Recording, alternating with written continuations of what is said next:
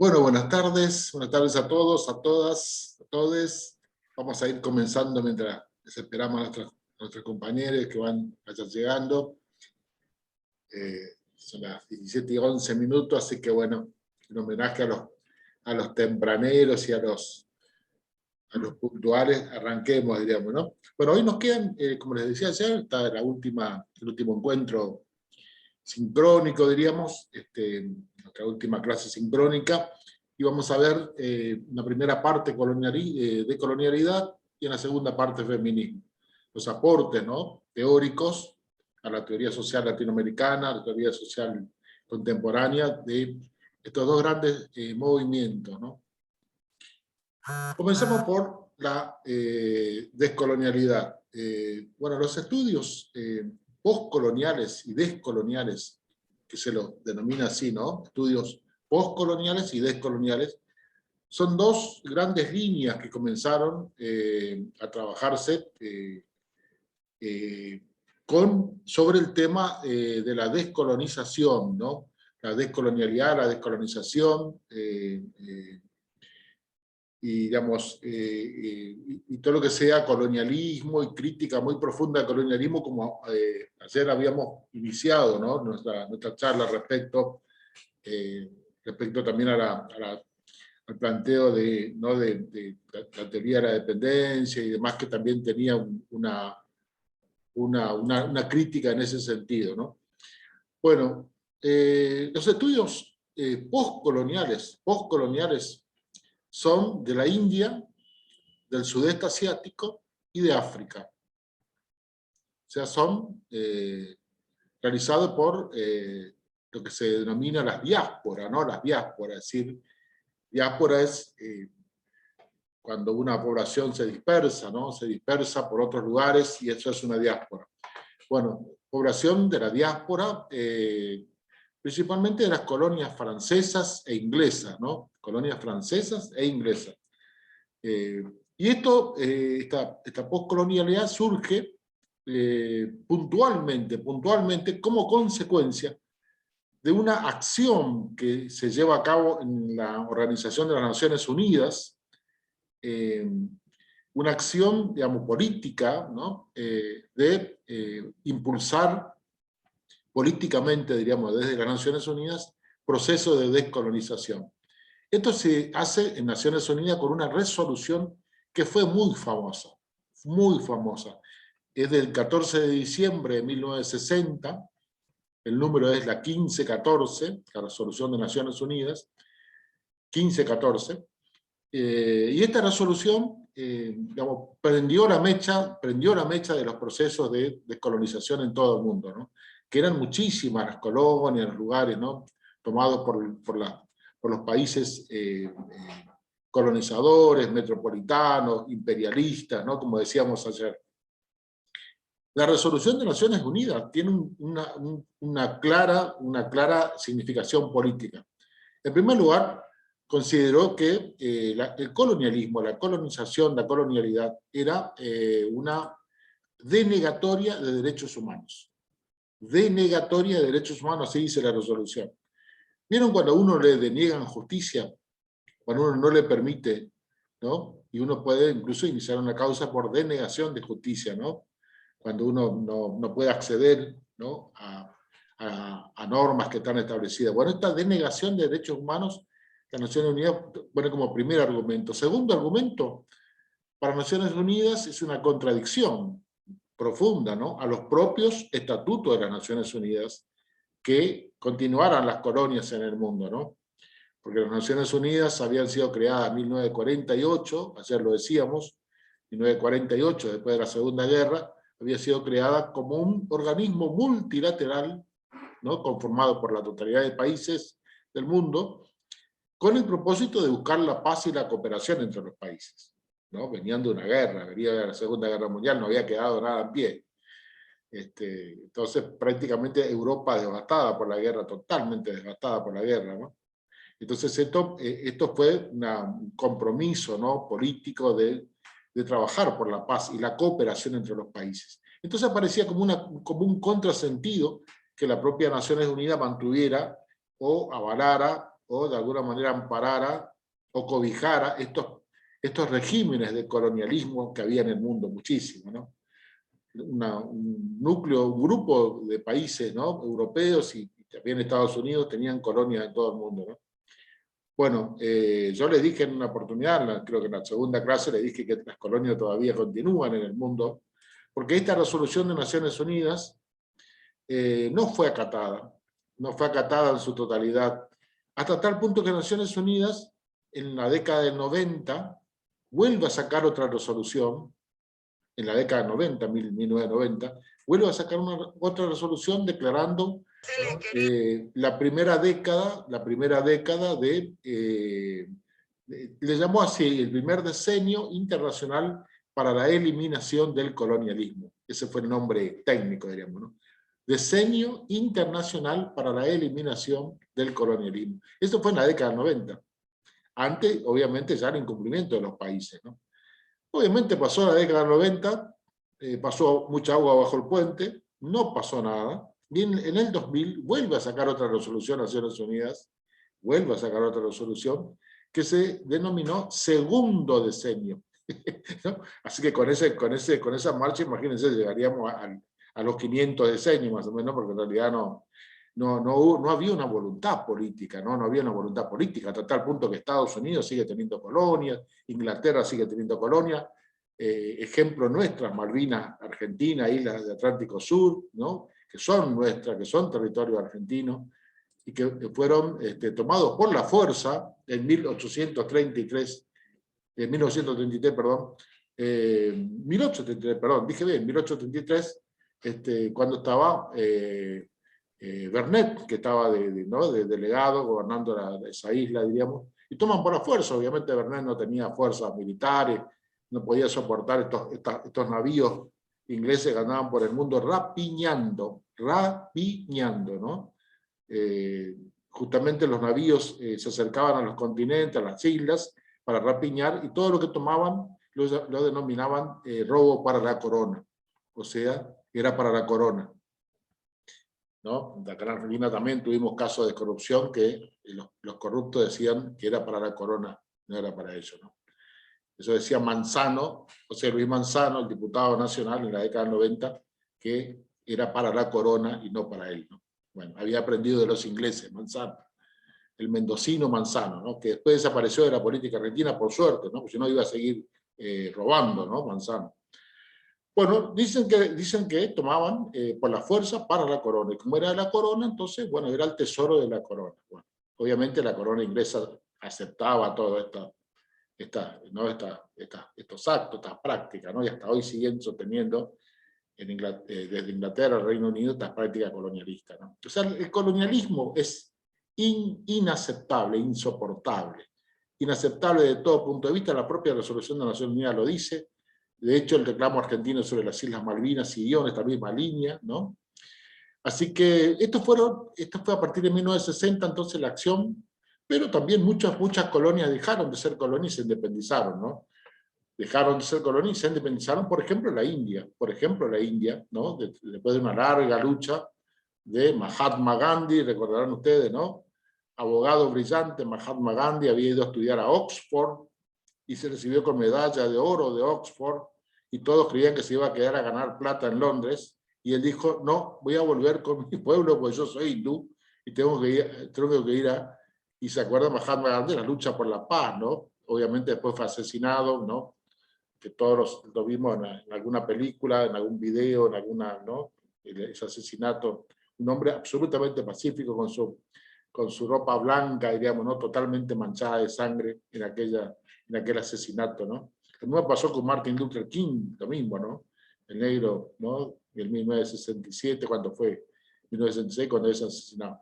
O sea que la colonialidad y el colonialismo, la colonización, está manchada de sangre. Esto hay que decirlo, está manchada de sangre. Sangre genocida,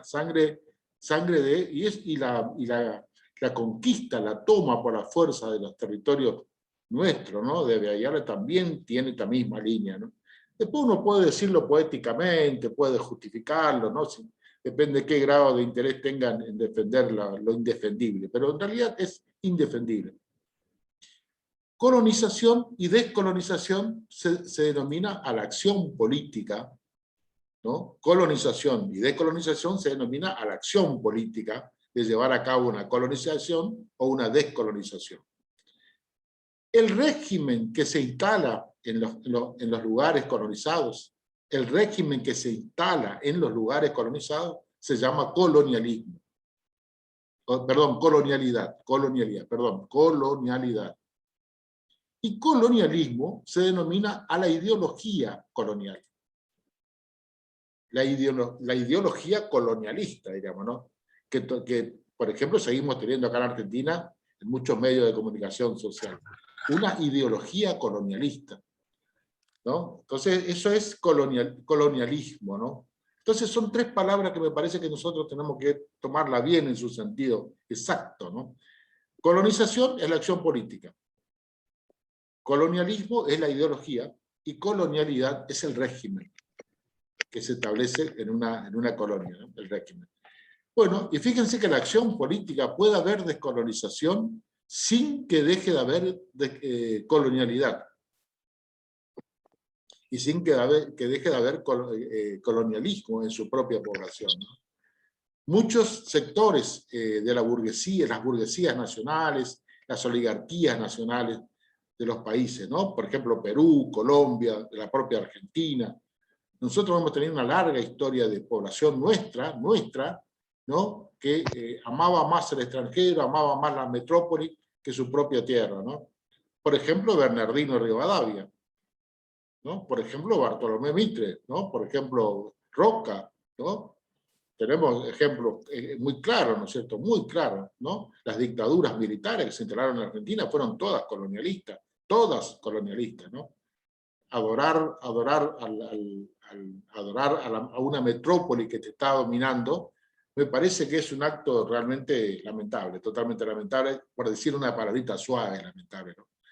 Deberíamos decir otra palabra, pero hay que decirlo más suave, estamos en una academia, qué sé yo, y uno tiende a portarse bien, diríamos, ¿no? A portarse bien. Bueno, pero en realidad deberíamos decirlo con otra palabra, ¿no? Porque defender al que te está dominando, ¿no? Fidel Castro decía con una frase que me parece que quiero compartir con ustedes: lamer la bota del que te está pisando. Eso decía Fidel, ¿no? Eso decía Fidel. Lamerle la bota al que te está pisando la cabeza. Eso es apoyar el colonialismo, apoyar la colonialidad, apoyar, ¿no? Y esto es lo que pasa mucho en muchas burguesías, en muchas oligarquías nacionales, ¿no? Cipayos lo llamó Arturo Jauretsch, ¿no? Lo denominó con la palabra cipayo, ¿no? Aquel que siendo un habitante de una nación defiende los intereses extranjeros, ¿no? Antes que lo de su propia nación. Eso se llama cipallismo. Bueno, esta es la colonización. Y comenzó entonces lo que se llama movimiento de postcolonialidad, estudios postcoloniales en India, en Sudeste Asiático y en África. Comenzó con este impulso de Naciones Unidas y se conformó un grupo. Estos estudios comenzaron con un grupo conformado en la India, ¿no? El autor, ¿no? El promotor, el impulsor, el que lideró este grupo. El que lideró este grupo fue Ranajit Guha. Guha se lee G-U-H-A. Y se lee Guha, ¿no? Bueno, Guha, Ranajit Guha, perdón, fue el hombre que, digamos, creó este grupo de estudios subalternos, los llamó, ¿no? Grupo de estudios subalternos que digamos, comenzó a estudiar la herencia, ¿no? Cultural, la herencia cultural del colonialismo británico que había en la India, ¿no? Todo lo que sea el colonialismo, la colonialidad británica en la India, y además estudió el nacionalismo hindú que defendía esta colonialidad. Porque hay un nacionalismo de izquierda y hay un nacionalismo de derecha. Ustedes saben.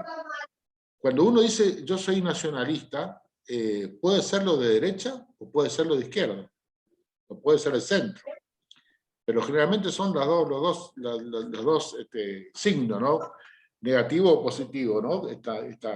Este nacionalismo. El nacionalismo de derecha, en el caso de la India, defendía el colonialismo. Entonces esto es lo que empiezan a estudiar este grupo. Y en este grupo se inscribe la obra que ayer decíamos de Frantz Fanon, el libro, ¿no?, que ayer mencionábamos, que lo publicó en 1961, o sea, un año después de esta resolución de Naciones Unidas, ¿no? Además, hay dos autores que son muy famosos, que ustedes lo tienen que recordar, digamos, por si lo leen por ahí, digamos, ¿no?, que es Aimé Césaire, se escribe Césaire con C, Aimé Césaire, es francés, ¿no es cierto? Por eso se lee así, Césaire, como dicen los franceses. Aimé Césaire, que es un autor importante, y el otro autor muy importante es Edward Said. S-A-I común D. Melissa, apaga tu, a ver si. Melissa, apaga tu micrófono. A ver si. Bueno, entonces tenemos este primer grupo de estudios postcoloniales, ¿no? Postcoloniales en el sentido de post significa después de la colonialidad, ¿no? Después de la colonialidad. Bueno, y este grupo estaba influenciado, y acá viene la enorme diferencia con el otro grupo que vamos a ver después. Este grupo estaba influenciado por las ideas de Foucault respecto al poder, ¿no? Michel Foucault. Estaba influenciado por Derrida, el filósofo francés, y por Lacan, ¿no?, el psicólogo, el psicoanalista, ¿no?, francés. Entonces Foucault, Derrida, Lacan eran de alguna manera el grupo, los tres autores que influenciaban sobre estos autores que les dije, ¿no?, Fanon, Césaire y Said, ¿no?, en este grupo de estudios subalterno, ¿no? Y la palabra subalterno, cuando ustedes lean en la bibliografía, en cualquier bibliografía, cuando ustedes lean la palabra subalterno, esa palabra lo inventó Gramsci, Antonio Gramsci. Gramsci hablaba de subalterno, ¿no? Hablaba de grupos subalternos a los que estaban dominados por una élite, ¿no?, burguesa, decía Gramsci, ¿no? Y entonces este grupo se denominó con eso. Obviamente de este grupo emerge otro grupo que va a ser típicamente latinoamericano, o sea, va a ser típicamente se va a vincular con nuestra América, ¿no? Un grupo que se va a denominar de estudios descoloniales, ¿no? Y también se lo puede leer como estudios decoloniales, decolonial, sin la S, ¿no? Bueno, decolonial viene más del inglés, ¿no? Uno pone en inglés y es decolonial. Y del francés también, decolonial, ¿no? Por eso decimos deconstruccionismo y no decimos desconstruccionismo. Bueno, eso son influencias lingüísticas que viene de Europa, ¿no es cierto? Viene de Europa. Nosotros preferimos denominarlo estudios descoloniales, ¿no? Descoloniales, con la S, descoloniales. Es nuestro español de esta zona, como dicen los gallegos, ¿no? Así que, bueno, y ahora los estudios descoloniales se van a diferenciar, obviamente, de los postcoloniales. Se diferencian, en primer lugar, porque no van a seguir estos autores europeos, ¿eh? Estos son bravos, estos se revelan en serio, ¿no? ¿Qué Europa ni Europa, no? Entonces no quieren saber nada ni de Foucault, ni de Derrida, ni de Lacan, ¿no? Al contrario, marcan una diferencia cultural, ¿no?, que se produce a partir de 1492, una diferencia cultural, ¿no? Y este grupo tiene dos autores que son, podríamos denominarlo entre comillas, de la vieja guardia. La vieja guardia, o sea, son dos veteranos de la guerra, ¿no? Dos veteranos de la guerra. ¿Quiénes son estos dos veteranos, estos dos pioneros, ¿no?, de estos estudios descoloniales? Nada más ni nada menos que Aníbal Quijano, el peruano, y Enrique Dussel, el filósofo argentino. Enrique Dussel es un filósofo mendocino, ¿no? Trabajó en Mendoza, bueno, tuvo que huir del país como muchos, corrido por la dictadura militar, pusieron una bomba en su casa, ¿no? Casi vuela con la bomba Enrique Dussel. Entonces a partir de ahí se tuvo que ir a México, a Chile. Bueno. Aníbal Quijano es peruano, ¿no? Y ya a partir de la década del 50, 60, como Dussel planteaban la problemática del colonialismo, ¿no? fueron los primeros que plantearon la problemática del colonialismo, ¿no? Ahora, los se conforma un grupo similar al grupo de estudios subalterno de la India.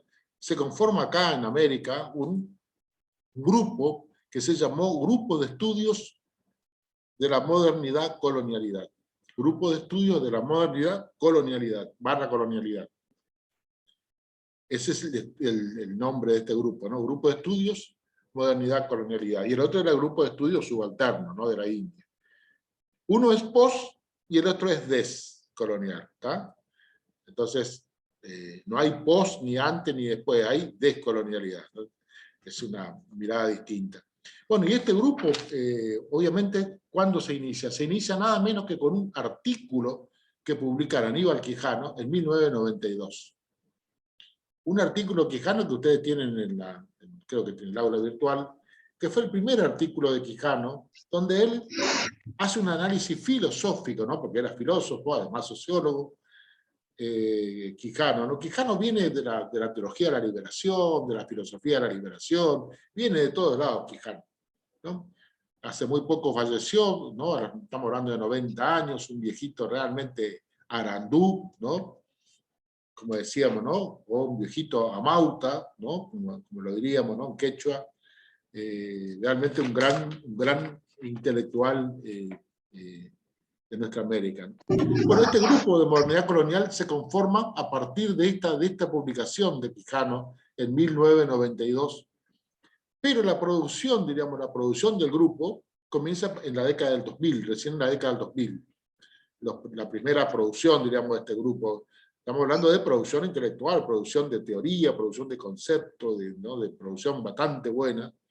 Y es un grupo multidisciplinario, está formado por muchos pensadores de distintas disciplinas y de muchos países, ¿no? Por ejemplo, ¿quién? ¿No? Por ejemplo, Walter Miñolo, que es de Argentina. Walter Miñolo es un letrista, un doctor en letras, ¿no? En literatura, letras y literatura, o sea, un escritor, ¿no? Un hombre de las letras. Sin embargo, va a escribir sobre cuestiones políticas, ¿no? Muy bueno, y sobre comunalismo, y sobre, bueno, Walter Miñolo, también actualmente digamos, bastante grande Miñolo, ¿no? Anda por los 70, pero está extremadamente lúcido y dando conferencias Miñolo, ¿no? Como no se enteró de su... Bueno, Walter Miñolo es argentino, Arturo Escobar es un antropólogo colombiano, Arturo Escobar, que forma parte del grupo.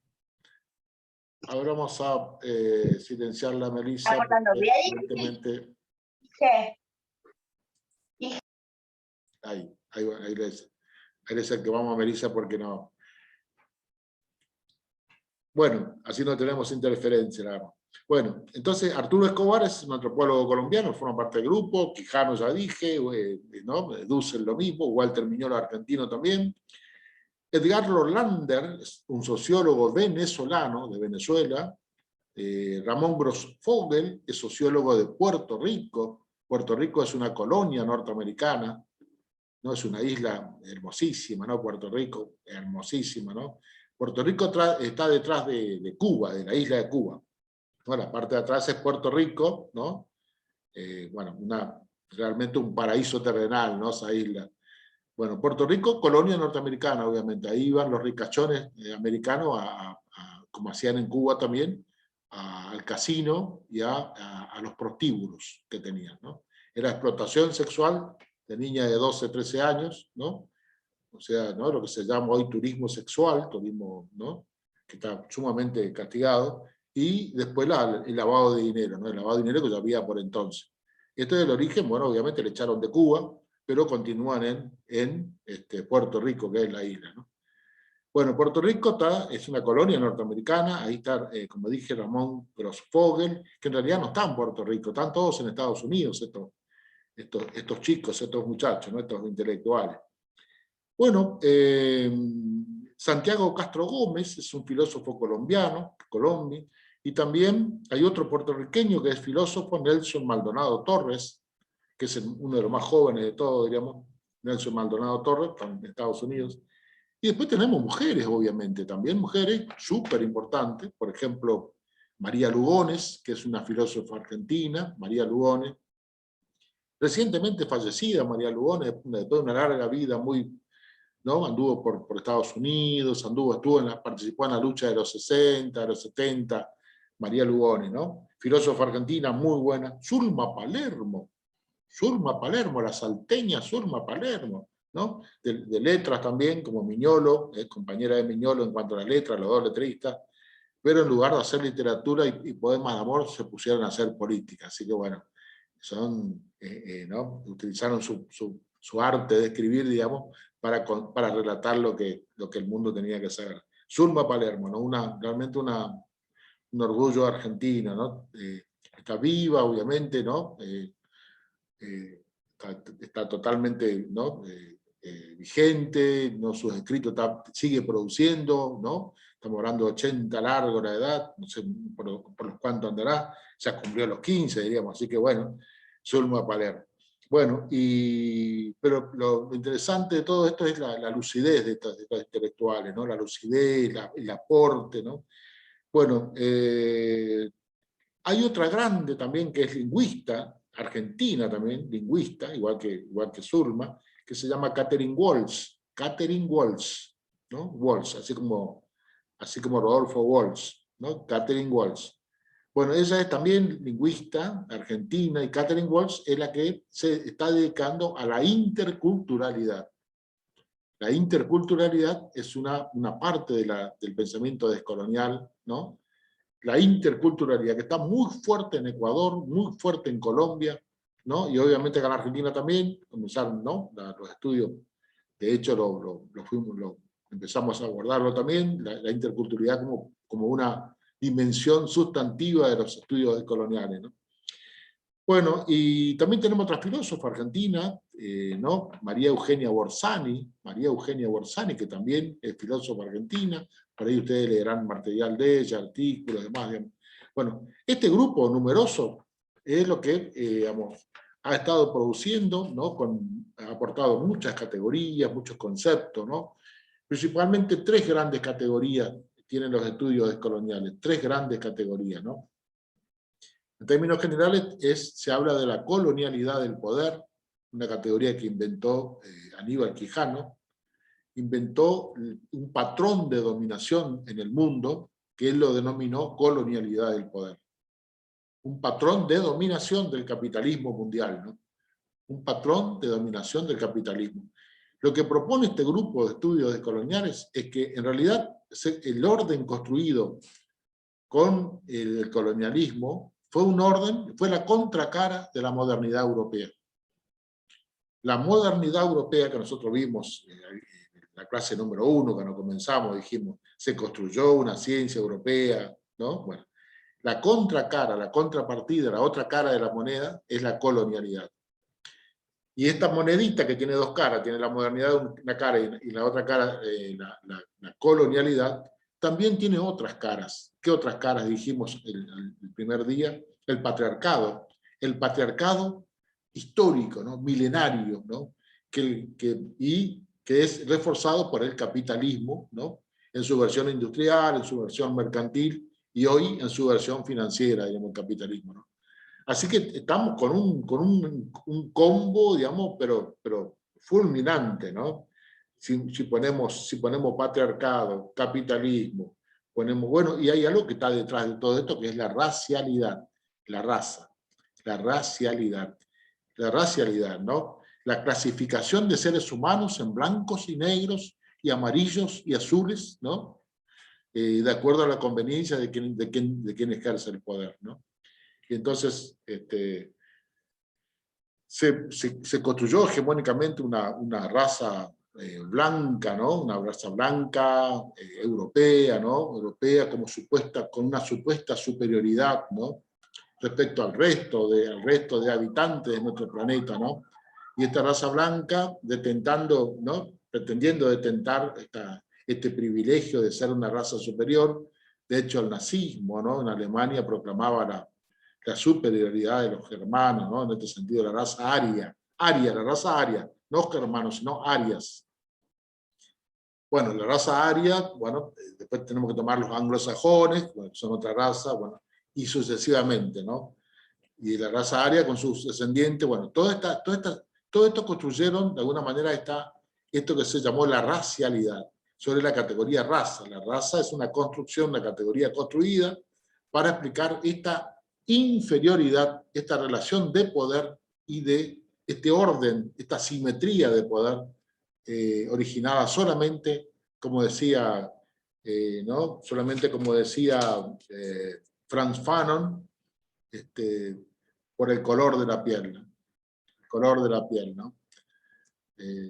Esta piel blanca, ¿no? Digamos, que pretende, ¿no? Con este color, bueno, y el color blanco aparece en esta construcción de racialidad, y aparece el color negro como el responsable de todos los males del mundo. Todo lo que sea negro es responsable de todos los males del mundo. El gato negro, el perro negro, ¿tá? Las morochas, ¿no? Los morochos como yo, bueno, todos responsables de todo lo que pasa en el mundo, ¿no? En esta concepción racista, totalmente racista, ¿no? Patriarcal, racista, colonialista, capitalista, bueno, y todos los istas que queramos agregar, ¿no? O sea, un fuerte pensamiento europeo, diríamos, de superioridad, y los libros que hemos estudiado de historia, yo estudié esos libros, siempre me gustó la historia a mí, por eso vieron que recuerdo fechas, acontecimientos, me gusta mucho la historia, mucho, desde que estaba en la escuela secundaria me comía todos los libros de historia, me estudiaba todo, me leía todo, sabía todas las batallas de Julio César, todas. Bueno, esta historia que nos contaron en la secundaria, ¿no? Y que fue la historia de Europa, y aprendíamos historia universal cuando aprendíamos solamente historia europea, y se llamaba historia universal. Hasta hoy sigue llamándose historia universal en las carreras de historia. Una barbaridad. Ni los propios historiadores se levantan contra su propio plan de estudio. Una barbaridad, ¿no? Llamar universal a lo que es solamente europeo. Es historia europea, historia de Europa, colonialista, capitalista, ¿tá? Racista, ¿no? Bueno, obviamente eso hay que escribirlo en la historia, ¿no? Y volver a contar la historia, la verdadera historia. Así que vamos a tener que poner la barba en remojo ahí para aprender otra historia, ¿no? Porque, bueno, y esto es importante, entonces a esto nos viene, los estudios coloniales nos viene a abrir el ojo, ¿no? Y Enrique Dussel, Quijano, y bueno, que son... Le decía que Quijano había inventado la colonialidad del poder como patrón de dominación, ¿no?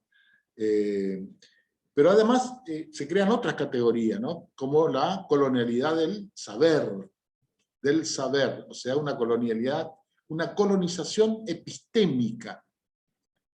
¿Se acuerdan que ayer le decía de Falsborda que odiaba el colonialismo epistémico, el intelectual que había en las universidades? Y él entonces decide fundar la facultad de sociología, ¿no? La carrera de sociología con otra mirada, ¿no? Falsborda, en Colombia, ¿no? Bueno, la colonialidad del saber es la colonialidad epistémica. Por eso el grupo de descolonialidad va a hablar de desprendimiento epistémico. Desprendimiento epistémico, ¿no? O va a hablar también de alguna manera, digamos, de ruptura epistémica, ¿no? Ruptura. Tiene que haber una ruptura con este lazo europeo, ¿no? Con esta episteme, este conocimiento venido de Europa, que de alguna manera nos colonizó mentalmente, ¿no? Construyó nuestra subjetividad.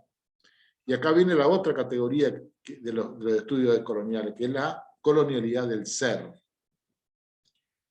Bueno, la colonialidad del saber lo inventó Lander, Edgardo Lander, uno de los que le dije ayer, acabo de decirle, perdón, Edgardo Lander, que es el autor de la colonialidad del saber. Y la colonialidad del ser lo inventó Nelson Maldonado Torres, el más joven del grupo, ¿no? Es el autor de la categoría colonialidad del ser, del ser. Cuando hablamos del ser, estamos hablando de la construcción de subjetividad. Construcción de subjetividad, una categoría importantísima, ¿no? Estamos hablando de qué manera la política, el poder, ¿no? Construye subjetividad. Y este es uno de los temas más difíciles para la teoría social actual, ¿no es cierto? La ciencia política, la sociología, ¿no? No siempre distinguen esta colonialidad, esta colonialidad de la subjetividad, ¿no? De hecho, la política, ¿no? A través de un montón de mecanismos, diríamos, la política imperialista, ¿no? Dirigida por Estados Unidos, y a través de los medios de comunicación hegemónicos que están en nuestro continente, construyen esta subjetividad, ¿no? Construyen esta subjetividad. Pasó con la vacuna, por ejemplo, ¿no? Una marca de vacuna que pretenden que toda la población del mundo se vacune con esa marca de vacuna, ¿no? Uno averigua el origen de la marca de la vacuna y se da cuenta que es un colonialismo, como le dije anteriormente, que tendríamos que darle una calificación, ¿no? Bueno, esa es entonces además lo que este grupo de estudio, digamos, denominó el giro descolonial. Hay un giro lingüístico que fue europeo, y acá nosotros tenemos un giro descolonial. Se habla del giro descolonial, ¿no? Esto lo dice Walter Mignolo, el giro descolonial. Tenemos que girar. ¿Cuántos grados le parece a usted que tenemos que girar? 180, exactamente 180. Íbamos para un lado, tenemos que ir exactamente para el otro lado. Esto se llama giro descolonial, ¿no? Estábamos mirando París, nos gustaba París, las luces de París nos gustaban, nos enamoramos de París. Bueno, vamos a tener que enamorarnos de cambiar de sentido, vamos a tener que enamorarnos de nuestros propios pueblos y nuestras propias ciudades, ¿tá? Que serán pueblos chicos, no tendrán todas las luces, pero para nosotros son pueblos gigantescos, ¿tá? Gigantes, valiosos, ¿no? No hay nada mejor que nuestros propios pueblos y nuestra propia gente. Ese es el giro descolonial. Y lo mismo pasa con la economía, dejar de vender materia prima a Europa, ni siquiera vender, entregar por 2 pesos, ¿no? Materia prima. No le hablé mucho del componente económico en este seminario, porque obviamente es un tema más bien técnico, duro, diríamos, ¿no? La asimetría de las exportaciones, importaciones, la balanza de pagos, la repatriación de capitales, el excedente transferido a Europa y a los países del norte, ¿no? Irremediablemente, ¿no? Bueno, el endeudamiento externo. Si le hablara de la deuda externa, bueno, lloraríamos todos acá, ¿no? La deuda externa como mecanismo de dominación. El endeudamiento es el principal mecanismo de dominación. Cuando yo tengo un acreedor, ese acreedor viene por mí, seguramente.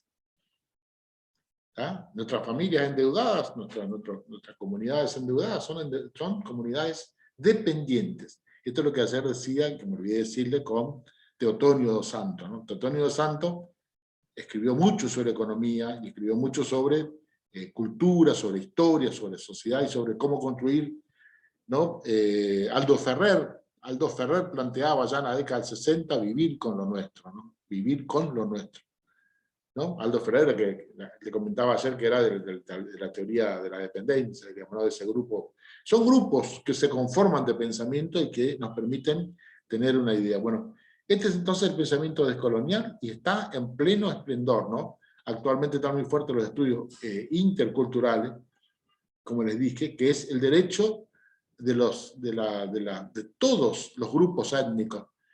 La interculturalidad sostiene que todos los grupos étnicos tienen derecho a estar en pie de igualdad y a ser respetados como tales, no a estar subordinados como grupos minoritarios.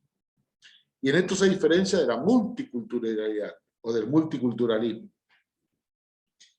Con relación a la cultura, ustedes saben que hay aculturación, endoculturación. ¿No? Aculturación, cuando yo me meto en la cultura de otro y lo trato de moldear a mi manera. La aculturación, ¿tá? Es la acción cultural, las prácticas culturales que son impuestas desde afuera a un grupo humano, ¿no? Esto produce el colonialismo, la aculturación. La endoculturación es cuando internamente se construyen estas hegemonías, ¿no? Culturales, ¿no? Los comportamientos, los mandatos sociales, esto es endoculturación, que se da a través de las instituciones educativas. A ver, le voy a ingresar a Graciela, si no me va a matar. Bueno, la endoculturación a través de las instituciones educativas, ¿no? La acción educativa, los colegios privados principalmente, ¿no? Y que ideológicamente, bueno, por ejemplo, en estos momentos están en contra de la vacuna en Argentina, ¿no? Los colegios privados, increíblemente, ¿no? Por ejemplo, acá en Mar del Plata, En Mar del Plata hay una movida muy fuerte, acaba de haber una movida muy fuerte, ¿no? En Mar del Plata, le estoy contando en mi situación local. Mar del Plata, un grupo muy fuerte que está pidiendo la presencialidad de la educación de la escuela, ¿no?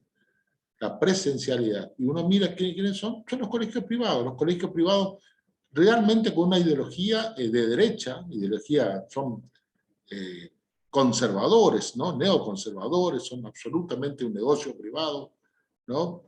O sea, defienden su negocio, ¿no? Que es el derecho a la educación. Ahí no hay derecho a la educación, hay un negocio privado. Bueno, esto es importante tenerlo bien en claro, ¿no? Como esto se produce, y esto es lo que de alguna manera pone a la luz el pensamiento descolonial. Bueno, y pasamos a, esto obviamente está el material, es largo, hay mucho para leer, que ustedes obviamente elegirán por dónde van, qué sé yo, cada uno elegirá su camino, ¿no? Su lugar, su preferencia para este ensayo final que vamos a hacer. Libremente escribirán, bueno, lo que más les guste, leerán lo que más les guste, pero lo tienen disponible el material para cualquier trabajo que quieran hacer, para otros seminarios, o para lo que la vida los depare. Bueno, y vamos al último eje temático, que es la teoría feminista, la construcción de la teoría feminista, ¿no? Bueno, yo les decía en una oportunidad que el feminismo es el gran movimiento, es el movimiento más potente, más potenciador, ¿no? con más potencialidad en este momento de producir cambios en la sociedad latinoamericana y en el mundo, ¿eh? Un cambio duro. Bueno, su lucha contra el patriarcado es a cielo abierto y es en campo abierto. El movimiento feminista se caracterizó siempre en el mundo, y en América Latina, ¿no? En nuestra América y acá también, por poner la cara, poner el cuerpo. No se ha escondido nunca de ninguna lucha, ¿no? No ha abandonado nunca ninguna lucha, siempre fue increyendo, ¿no? Hacia arriba, ¿no?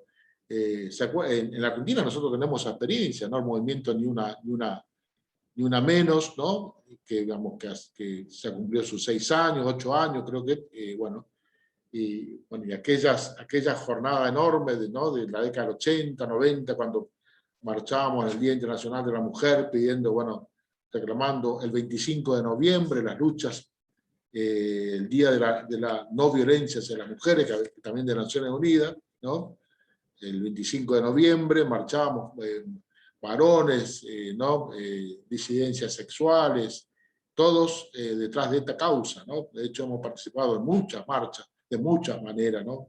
Y hemos estado y hemos escrito cosas, y hemos puesto la cara y hemos puesto el cuerpo en esta lucha contra el patriarcado, principalmente el patriarcado y lo que implica el patriarcado como dominación y opresión de las mujeres. No solamente de las mujeres. El movimiento feminista lo que hizo fue crecer enormemente. Y hoy podemos hablar de una multiplicidad y una pluriversidad de voces y de miradas en el feminismo.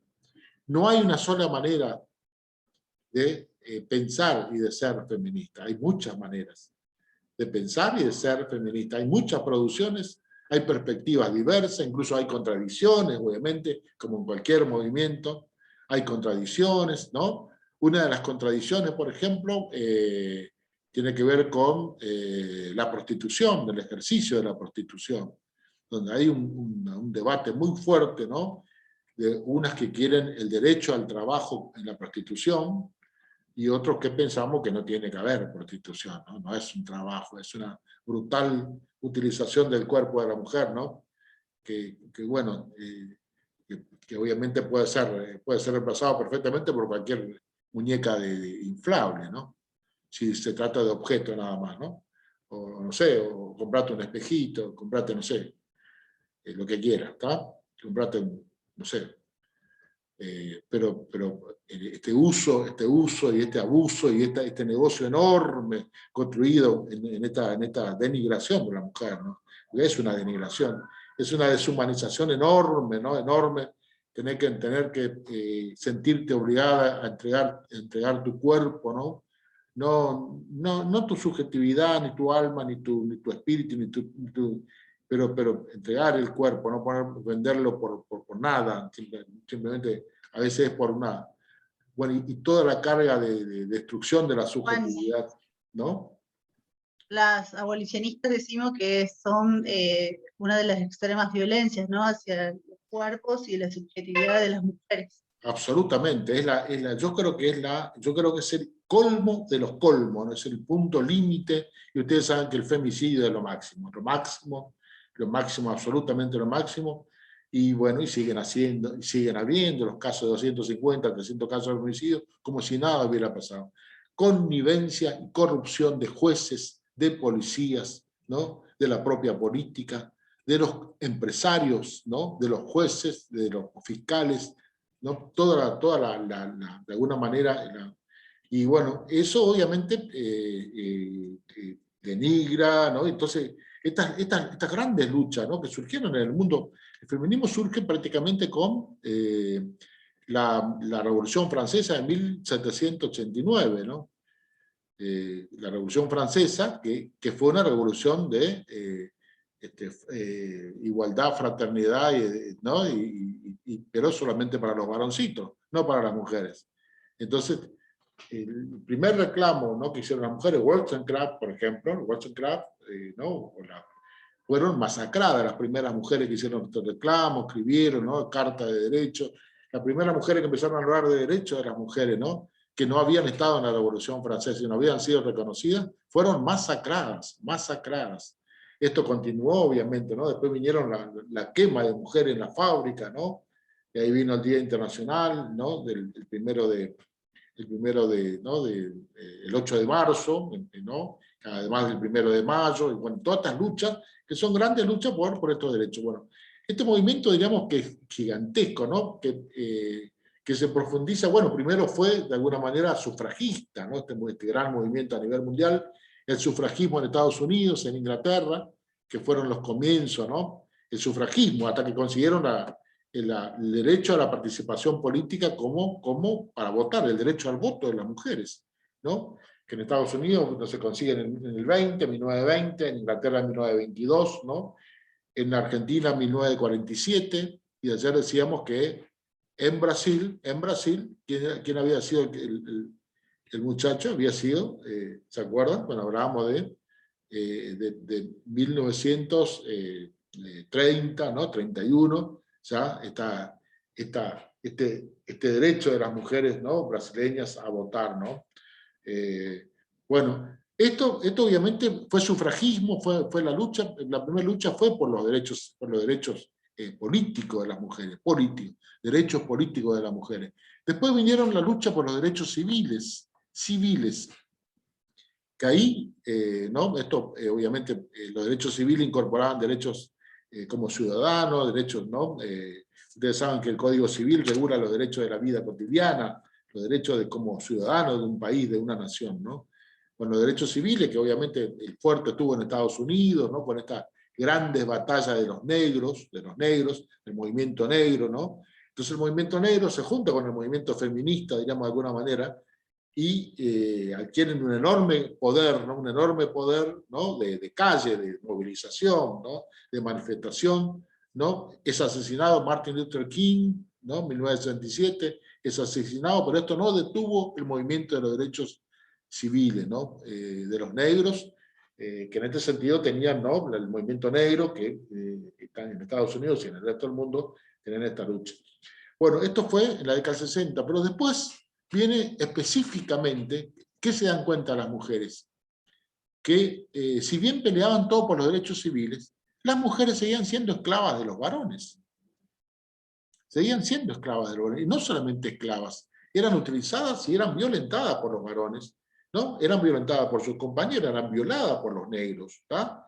Y resulta que estábamos peleando por lo mismo y resulta que mi propio compañero me violaba. Entonces, ¿dónde están los derechos? ¿Y mis derechos dónde están? Entonces, ahí surgió entonces la primera gran diferenciación entre el movimiento de los derechos civiles y el movimiento feminista en la década del 60. Empezaron las luchas contra la violencia de las mujeres y los reclamos muy fuertes, ¿no? contra la violencia que se ejercía, ¿no? Primero fue esta lucha de las mujeres, fue lucha de las mujeres. Todavía no se hablaba ni de género ni de nada, sino que era lucha de las mujeres. ¿Está? Entonces el movimiento de mujeres, que en principio estuvo al lado del movimiento de los negros por los derechos civiles, después se separa, se diferencia, ¿no? Y empieza a reclamar los derechos de las propias mujeres contra los varones que las masacraban, ¿no? Las mujeres salían a la calle, después tenían que hacerse cargo del hogar, de la familia, tener la cría, criarlo, protegerlo, cuidarlo, encargarse de la comida, lavar el calzoncillo al negro. Y entonces, ¿dónde estaban los derechos? ¿Dónde estaban los derechos? ¿Entienden? Estoy diciendo con total crudeza, esto es así, porque esto es lo que se escribió, están en los escritos, ¿no? Porque esto es histórico, esto no lo está inventando nadie, esto es histórico, esto es lo que sucedió. Entonces hubo un movimiento muy fuerte de mujeres negras en Estados Unidos que se llamó mujeres tercermundistas. Ahí comienza el tema del tercer mundo, ¿no? Que fue una categoría política y que acá en Argentina dio lugar a la tercera posición que ayer les decía de Juan Domingo Perón. La tercera posición tenía que ver con el tercer mundo. Y se llamaba tercer mundo, si había un tercero, significaba que había un primero y un segundo. Y entonces era el mundo desarrollado, ¿no? Europa, Estados Unidos y el resto de la humanidad que vivía de las migajas que caían de la mesa, ¿no? o de los tachos de basura que se podía juntar. El tercer mundo era la miseria, era el mundo miserable, el mundo de los don nadie, la nuda vida, como decía Walter Benjamin, ¿no? La nuda vida, o sea, no ser un paria en tu propia tierra. Esto era el tercer mundo, ¿no? Y el tercer mundo dio lugar a muchos estudios, muchas miradas. Hubo una posición muy fuerte, incluso en la Iglesia Católica, en el Concilio Vaticano II, en esta mirada del tercer mundo, ¿no? El tercer mundo dio lugar a un movimiento político que se llamó Países No Alineados, cuya presidencia lo ejerció Raúl Alfonsín en una oportunidad, ¿no? En la década del 80, cuando llega a la presidencia en Argentina, Alfonsín, ¿no? Porque Alfonsín había trabajado en la Asamblea Permanente de los Derechos Humanos y era muy conocido en el mundo como abogado, ¿no? Como abogado defensor de los derechos humanos, Alfonsín había trabajado bastante. La historia de Alfonsín es interesante porque a los 18 años, 19 años ya estaba peleando Alfonsín siendo estudiante de abogacía, ¿no? Y recién recibido de abogado se levanta contra la dictadura de Juan Carlos Onganía, así que imagínense, ¿no? Fue el primer abogado que se levanta en 1967, 66. El primer movimiento que se hizo contra Juan Carlos Onganía lo hizo Raúl Alfonsín, siendo un abogadito recién recibido, ¿no?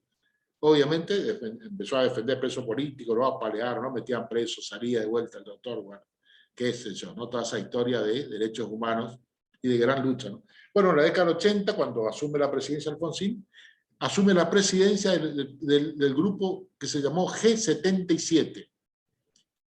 G77, que era el grupo de países no alineados del mundo, ¿no? Eran 77 países parias, entre los cuales estaba Argentina. Nosotros creo que seguimos siendo un país del tercer mundo, ¿no? No tenemos que olvidarnos de nuestro... Ahora, ayer lo escuchaba el presidente argentino decir que somos un país de renta media, ¿no?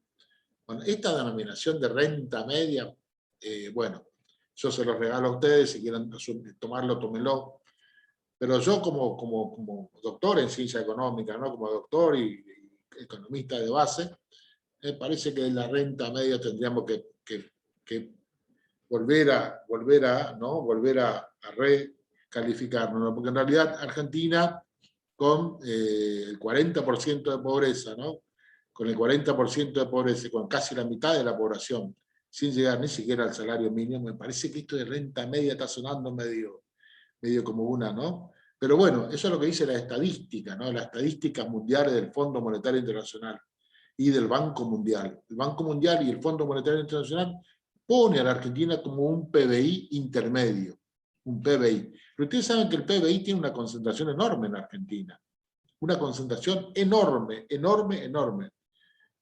¿no? Estamos diciendo que una pequeña élite, un pequeño grupo, ¿no? Que no pasa al 10% del total de la población, concentra enormemente la riqueza, más del 80% de la riqueza. Y en el mundo lo mismo. Entonces, el PBI, que es un promedio de todo el país, uno tendría que ver, bueno, pero perfecto, pero el que vive en Ciudad Autónoma de Buenos Aires tiene 20 veces más ingresos que el que vive en Salta y el que vive en Tucumán. ¿Y dónde está la renta media? Entonces, bueno, no me quiero meter en este problema económico porque ahí sí que, bueno, no terminamos mal el seminario. Pero esos números económicos son lo que te muestra, es importante tener esta claridad, ¿no?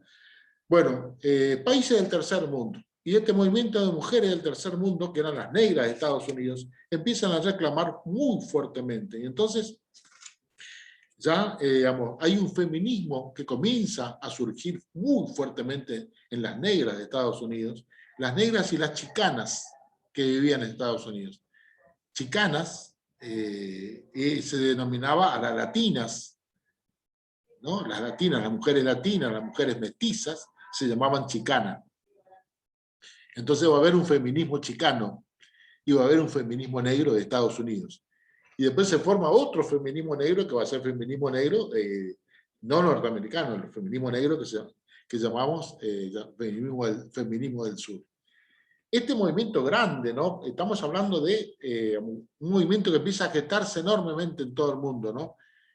Y que comienza a visibilizarse en dos grandes grupos de feminismo, ¿no? Dos grandes grupos. Vamos a hablar de dos grandes grupos, pero enormes grupos. Un grupo es el feminismo blanco, occidental, que se denomina occidental, que básicamente son académicas, son de clase media, ¿tá? Son mujeres intelectuales, son mujeres científicas, son mujeres muy inteligentes, pero tienen un estado, digamos, ¿no? Son de clase media, son académicas, ¿no? Son blancas.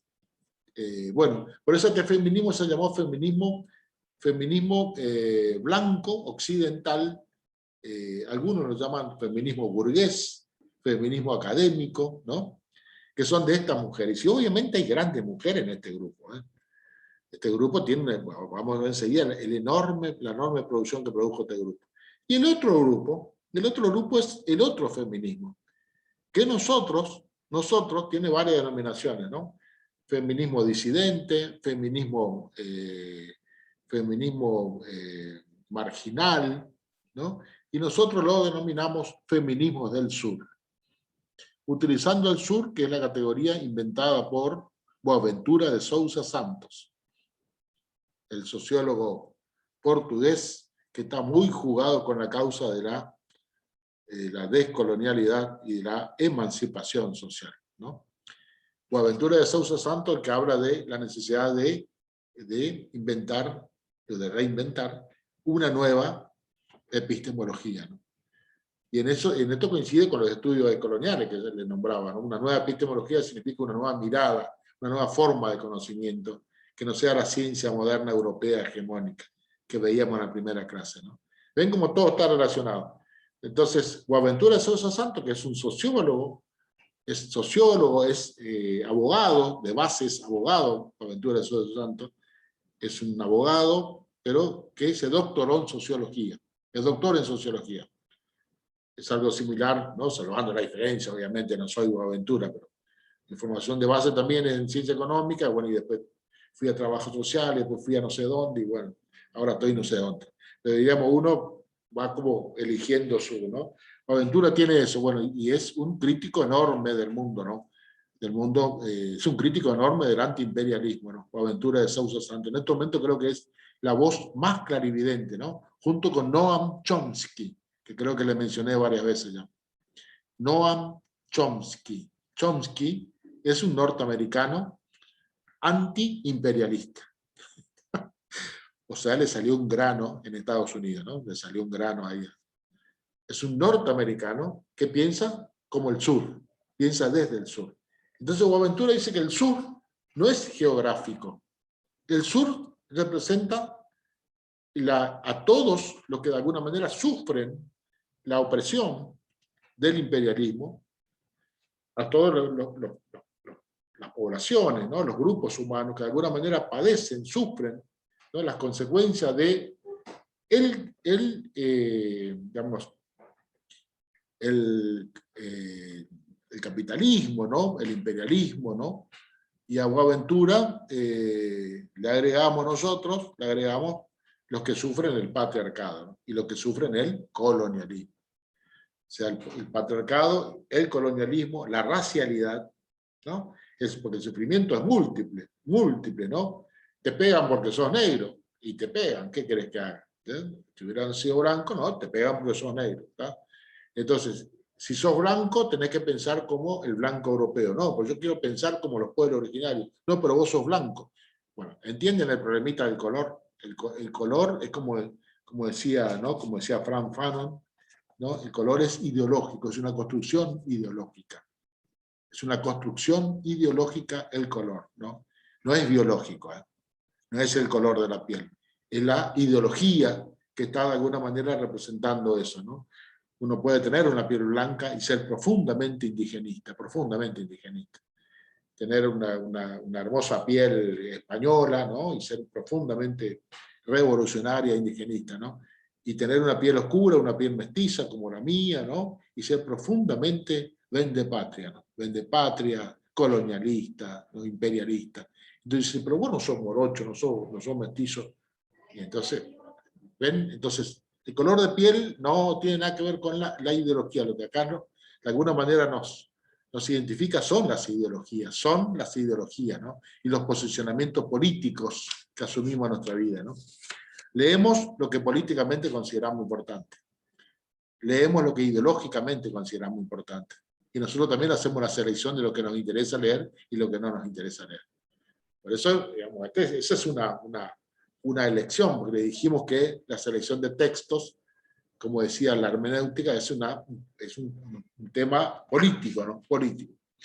Bueno, el grupo de feminismo del sur, el gran movimiento feminista de feminismo del sur, está conformado por una gran cantidad de movimientos, de grupos, ¿no? De feministas de todo el mundo, que no son el feminismo blanco, occidental, académico, de clase media, ¿no?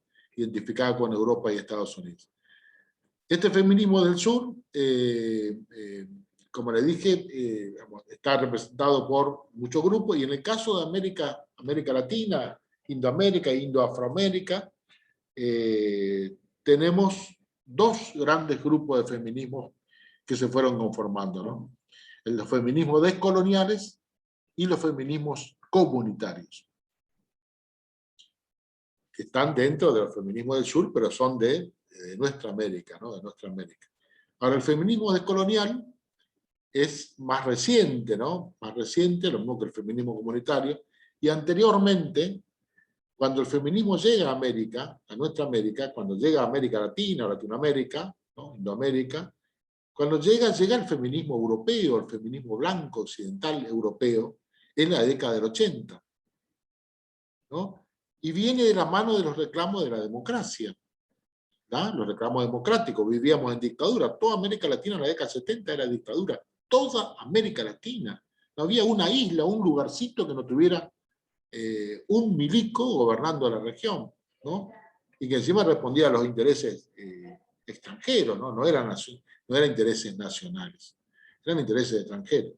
Eso fue en la década del 50, del 60, principalmente del 70, ¿no?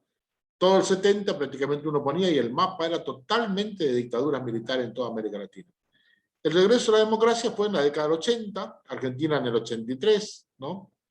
Brasil recién en el 88, Chile en el 89. Por eso tan levantados los chilenos, tan re malos, y está muy bien que estén malos. ¿Ah? Pero por supuesto, del 89 con una constitución de un dictador como Pinochet, ¿no? Que ahora lo van a cambiar. ¿Ah? Nosotros venimos con una constitución de Alberdi, no podemos hablar mucho tampoco. Nosotros venimos con una constitución de Alberdi que le pegamos un maquillaje, una lavada de pelo en 1994 con el Charlie Menem, con Carlos Saúl, ¿no? Alfonsín hizo lo que pudo, le sacó a Menem varias reformas, ¿no? Pero hizo lo que pudo. Pero Menem en realidad quería el alineamiento con Estados Unidos, que fuéramos declarados colonia norteamericana, así, ¿no? Que todos fuéramos ciudadanos norteamericanos, ¿no? Así. De hecho, bueno, más sobre los economistas, nosotros no podemos, en ese sentido no podemos hablar mucho, ¿no? La Constitución de Bolivia nos pasa por encima 100 veces. 100 veces. ¿Eh? Nuestra Constitución queda, pero para esconderla debajo de la mesa, ¿no? Ante la Constitución de Bolivia, que es una de las más avanzadas. Ahora va a venir la de Chile. La de Chile va a ser más avanzada posiblemente que la de Bolivia. Así que, porque los tiempos cambian, los tiempos son otros, ¿no? Por ejemplo, el derecho de las mujeres va a estar fuertemente teñido en esta Constitución chilena. La cuestión de género está, pero firmemente, y el feminismo chileno es muy fuerte, y la lucha de las feministas chilenas es muy fuerte, y esto va a implicar un cambio profundo en Chile. Chau, neoliberalismo, ¿no? Vamos a ver qué hacen con la concentración económica, vamos a ver qué hacen, ¿no? Porque nosotros también tuvimos una constitución revolucionaria acá en 1949, que fue la revolución que estuvo vigente en 1949, se aprobó, ¿no? Y después la dictadura militar la dejaron sin efecto. Y nunca más se volvió a esa constitución del 49 que tuvimos nosotros en Argentina. Bueno, la que tenemos ahora es la de Alberdi. Alberdi maquillada. Así que imagínense, Alberdi de 1853. Está un poco viejita, ¿no? Viejita, está asquerosamente desactualizada, ¿no? Bueno, todavía sigue teniendo el culto católico, que el presidente tiene que ser no sé qué, ¿no? Cuando hay una multiplicidad de formas de creencia y de vida y de valores, ¿no? Bueno, el culto católico sostenido, ¿no? Financieramente por el Estado, cuando los otros cultos tienen el mismo derecho, obviamente, ¿no? El mismo derecho, y sin embargo no sostienen, ¿no? Todos los obispos cobrando sueldo, los sacerdotes cobrando sueldo. Eso lo dice la Constitución argentina, ¿no? Que dice, el Estado sostendrá el culto católico apostólico romano. Eso puso Alberdi, para quedarse bien Alberdi, ¿no? Con los de entonces. Y eso se conservó hasta el día de hoy, ¿no? Hasta el día de hoy.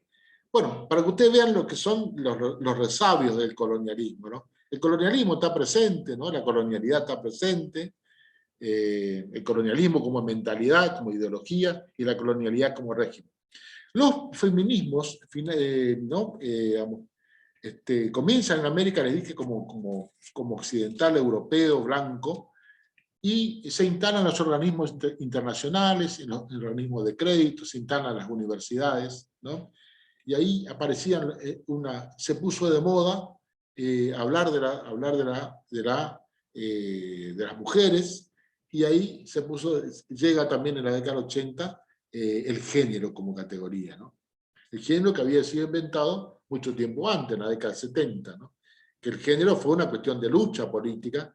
Cuando llega a América, diríamos, a nuestra América, llega la cuestión de género de la mano de estos organismos internacionales. Entonces se puso de moda hablar de género en la década del 80. Todos hablaban de género como una moda. ¿Vieron la moda? Todos hablamos de moda, bueno, después vinieron otras modas, ¿no?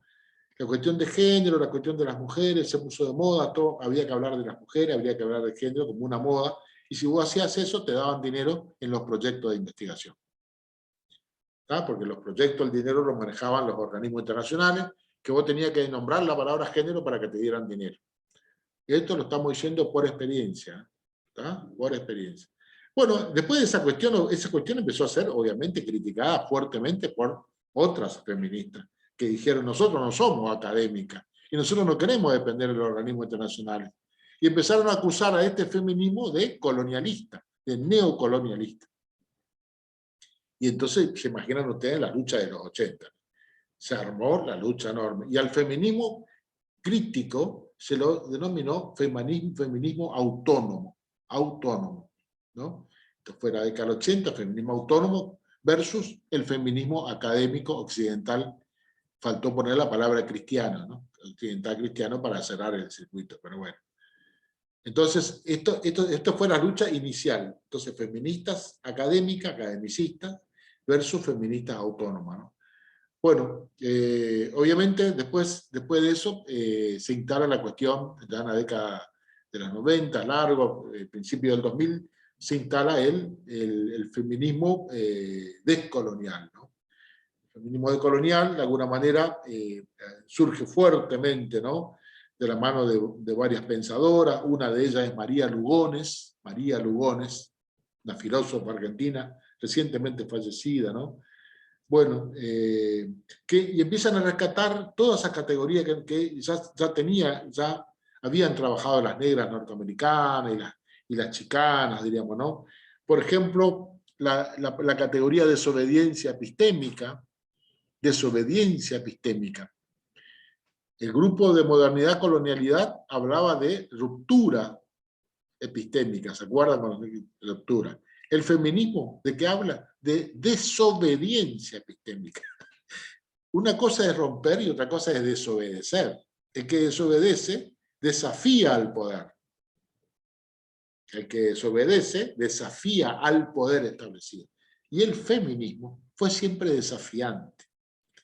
Desafiante, o sea, no solamente crítico, sino que planteó la lucha, planteó la batalla. ¿Vieron cuando uno se plantea y vos sabés que tenés que ir a la batalla? Bueno, la desobediencia epistémica, ¿no? Entonces, es un feminismo crítico absolutamente. Gloria Anzaldúa, en 1987, inventa la categoría herida colonial. Gloria Anzaldúa es una feminista chicana, ¿no? Ya le expliqué que chicana es lo mestizo, ¿no? Lo mestizo, ¿no? Los de color, con un colorcito, ¿no? Un colorcito, no el de las negras, obviamente, ¿no? Las negras vienen con sus rulos y obviamente te pasan por encima. Pero estamos pensando, ¿no? Los que tenemos un colorcito un poquito teñido, diríamos. Estamos un poquito teñidos. Es que somos mestizos, obviamente, una mezcla, una mezcolanza, ¿no? No somos de raza negra. Bueno, Gloria Anzaldúa era esa, ¿no? Gloria Anzaldúa plantea, ¿no? Plantea la herida colonial como categoría feminista, ¿no? Aporte de las feministas. María Lugones plantea la colonialidad de género. Así como había una colonialidad del poder, una colonialidad del saber y una colonialidad del ser, María Lugones plantea la colonialidad de género, que el género también venía acompañado, ¿no? Y también se habla de un racismo de género. Racismo de género, que es otra categoría inventada por otra feminista, ¿no? Yuderquis Espinosa, que habla de racismo de género. Todas estas categorías son inventos, son creaciones del feminismo, son aporte del feminismo, ¿no? También el feminismo inventa la categoría pensamiento fronterizo, o híbrido, fronterizo, pensamiento fronterizo. ¿Cuál es ese pensamiento? El que está en la frontera y que no se sabe si en qué frontera, o sea, cuál frontera. La frontera es siempre, ustedes saben, que se puede identificar como la marginalidad, como no, como la situación de marginalidad, diríamos, de estar con un paso afuera y un paso adentro, diríamos, ¿no? El pensamiento fronterizo es el pensamiento divergente, disidente, ¿no? El pensamiento es un pensamiento crítico disidente, ¿no? Y de este pensamiento surgen las disidencias sexuales. La palabra disidencia es aquel que no está de acuerdo y que no comparte lo que se trata de imponer desde un centro, de un núcleo de poder. Yo soy disidente cuando tengo una opinión distinta a la que tiene el poder ejercido por alguien. ¿Está? Cuando el poder ejercido por alguien tiene una opinión y yo planteo otra opinión, soy un disidente. ¿Está bien? Por eso la disidencia sexual surgen como una contraposición a la dicotomía varón-mujer. Bueno, la categoría mujer, se imaginarán ustedes la discusión que se armó, ¿no es cierto? La categoría mujer, ser mujer o no ser mujer. Bueno, acá hay una muy interesante discusión en el feminismo, ¿no? ¿Qué era ser mujer? Ser mujer era ser una académica blanca de clase media, ¿no? Que vivía cómodamente en un departamento, en una casa que tenía todo, gozaba de todo. O ser mujer era ser una negra semi-esclava trabajando 17 horas por día y haciéndose cargo de su cría, ¿no? Y haciéndose cargo del hogar. ¿Qué era ser mujer? Acá se plantea entonces lo que se llama otra categoría que se inventa en el feminismo, ¿no? Otra categoría inventada por el feminismo, para que ustedes vean lo que significa, ¿no? La interseccionalidad. La interseccionalidad es una categoría que implica ser mujer, muy bien, pero ¿cuál mujer? ¿Cuál? Bueno, significa ser mujer negra, ser mujer indígena, ser mujer pobre. Pobre. No es lo mismo ser mujer que ser mujer pobre. Cuando empezamos a agregar pobre, indígena, cuando empezamos a agregar, ¿no? Extranjera, ¿no? ¿No? Digamos, que está migrante, ¿no? Que migró, ¿no? Todavía en la Argentina seguimos diciendo los bolitas, ¿no? A los bolivianos. Les llamamos bolitas, ¿no? Bolita, esa expresión ¿no? Totalmente xenófago, ¿no? Xenófago, ¿no? Como en Europa nos llaman sudacas a los que somos de esta parte del mundo. Sudacas. ¿Tá? Acá seremos doctores, pero vamos a Europa y somos sudacas. ¿No? Y a lo sumo tenemos algún par de laburitos de lavado de plato, ¿no? Cocinar para alguien, atender a alguien, el cuidado, y esos son los conchavos que se consiguen en Europa, a los sudacas. ¿Entienden el tema? Entonces, esto es una cuestión de colonialismo, de colonialidad, y es una cuestión también de interseccionalidad, ¿no? Por eso es importante este aporte teórico de la feminista, enorme aporte teórico, ¿eh? Que recién lo estamos empezando estamos empezando recién a trabajar estas grandes categorías. Estamos empezando a trabajar, todavía ni salimos de la cascarita, estamos empezando a trabajar estas grandes categorías, el impacto que tiene estas grandes categorías, ¿no?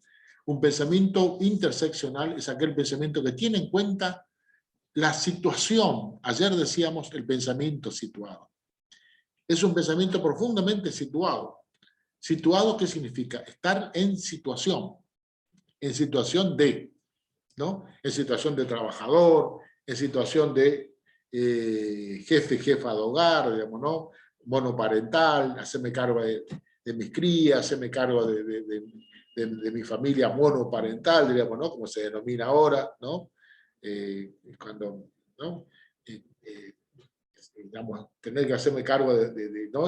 Aparte de trabajar afuera, no en un trabajo, sino en dos o tres trabajos, diríamos venir a casa, bueno, si es que tengo casa, ¿no? Por ahí alquilaré algo, si es que puedo pagar alquiler, o sea, un conjunto de circunstancias que esa es la situación, la situacionalidad, ¿no? Aparte de la pobreza, la marginalidad, la exclusión, bueno, que son las características, aparte de la racialidad, aparte de la edad, ¿no? ¿No? Sos un poquito mayor y ya sos un viejo de miércoles, ¿no? En esta lógica capitalista de productivismo, ¿no? Cuando la edad productiva va solamente hasta los prácticamente 40 años, 45, ¿no? Y el que es echado de su trabajo a los 45 ya no puede conseguir ningún trabajo más porque ya es un viejo de miércoles. Con 45 años, ni siquiera comenzaste a vivir, ya para el capitalismo sos desechable como basura. Esto no es posible, este orden no es posible. Ustedes escucharán que no es posible, ¿no? Porque imagínense, ¿qué es una mujer? ¿Quién es una mujer a los 45 años?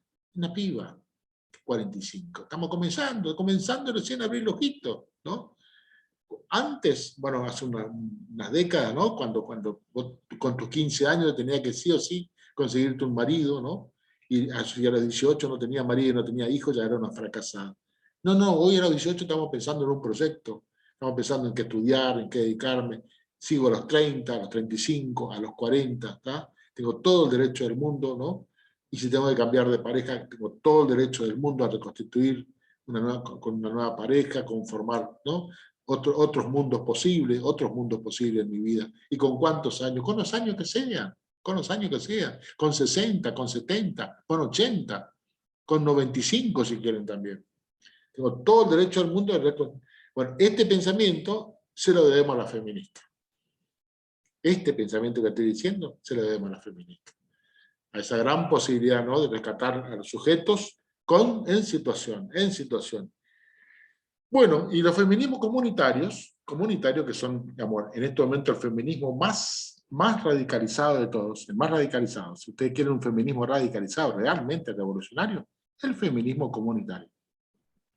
¿Quiénes son las feministas y los feministas y feministas comunitarios? ¿Quiénes son? Los aymaras de Bolivia y los mayas xincas de Guatemala. Maya, ¿Se acuerdan de la civilización maya, no? La gran civilización maya, la gran civilización azteca, la gran civilización inca y la gran civilización tupí-guaraní. Esos eran los pueblos originarios de América. Bueno, y hay cultura, hay lengua, hay lenguas que se siguen hablando. 2000 lenguas originarias se siguen hablando en América. 2000, no una, 2000. Y las mayas incas son feministas de Guatemala. Están, de alguna manera, la figura más conocida es Lorena Cabnal de Guatemala, y la figura de Bolivia más conocida es Adriana Guzmán, una morochaza, ¿no? Así, con su sombrerito, con su trenza, ¿no? Adriana, Lesbiana. Sí, es lesbiana Adriana, ¿no? Lesbiana, bueno, hace poco tuvo un problema de violencia con su pareja, ¿no? Y bueno, salió a la luz un problema de violencia, porque el problema de violencia atraviesa todo, ¿no? Y eso es, bueno, tuvo un problema de pareja, bueno, y Adriana lo visibilizó, lo hizo, se animó, lo escribió, lo publicó. En el 2019, un problema de violencia con su pareja, se separó de su pareja anterior, ¿no? Y bueno, y sigue Daneira, ¿no? Con toda su belleza, ¿no? Construyendo su feminismo. Y estas feministas, por ejemplo, Adriana, la Aymara de Bolivia, ¿no? Estas feministas son las que plantean el patriarcado como la categoría explicativa de todo, ¿no? El patriarcado como aquel sistema, el sistema, ¿no? Entre comillas, sigo mayúscula, el sistema que ¿no? resume y condensa todas las violencias, todas las explotaciones y todas las opresiones que sufren las mujeres, y no solo las mujeres, sino los varones, los hombres y las disidencias sexuales, y también sufre la naturaleza como consecuencia de la opresión del patriarcado. Esta definición de patriarcado como, ¿no? que también oprime a los hombres, ¿no? Las aymaras bolivianas no dejan afuera a los varones, ¿eh? Los varones son sus compañeros. Acá en Argentina a veces comenzamos con una discusión que desde mi punto de vista parece vaciar de contenido el movimiento, ¿no? En el sentido que lo que uno encarna es una lucha política, ¿no? Política, ¿no? Que no pasa por el órgano sexual, ¿no? Ginecológico, ¿no? No pasa por ahí, no pasa por un color de piel, pasa por una lucha, una concepción política del mundo, una concepción ideológica, una cosmogonía, como dicen las feministas, ¿no? Entonces, Adriana Guzmán encabeza este feminismo aymara durísimo, ¿no? Con sus luchas y demás, y que este feminismo fue el que sostuvo todos los movimientos que llevó a Evo Morales al poder en el 2010. ¿No? Este feminismo tuvo en las luchas, tuvo en los cortes de ruta, no estuvieron en sus casas, aparte de estar en sus casas, diríamos, ¿no? Salieron a la calle, acompañaron a sus compañeros en la lucha, aquella lucha del 2010 que llevó a Evo Morales a la primera presidencia de Bolivia, ¿no? Que significó todo un cambio enorme, ¿no?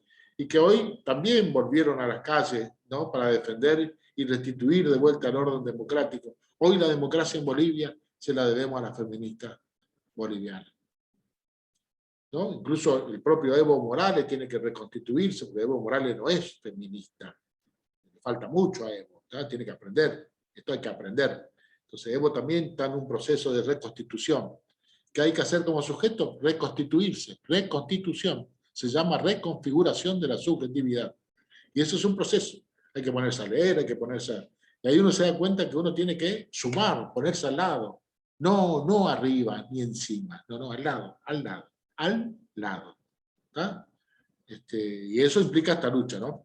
Y las feministas comunitarias de Guatemala, las mayas Xinca, encabezada por Lorena Cabnal, tienen un enorme aporte teórico, pero enorme, ¿no? Las aymaras defienden la comunidad, la idea de comunidad, ¿no? Aymara, y las de Guatemala hablan del cuerpo-territorio, vida cotidiana. No separan la naturaleza de la vida social, la cultura. No hacen lo que hacen en Europa, que separan principalmente los antropólogos, separan la cultura de la sociedad. Entonces uno distingue entre sociedad y cultura.